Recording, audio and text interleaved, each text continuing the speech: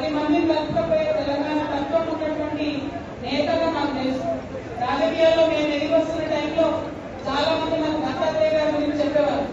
ఎవరు పోయినా సరే మాట్లాడి వాళ్ళ సమస్య తీరే విధంగా వాళ్ళకు ఒక ఉత్తరం ఇచ్చి ఆఫీసర్కి ఫోన్ చేసి చెప్తారు దత్తాత్రేయ గారు, మీరు కూడా అట్లా ఉండాలని నాకు చాలా మంది చెప్పినారు.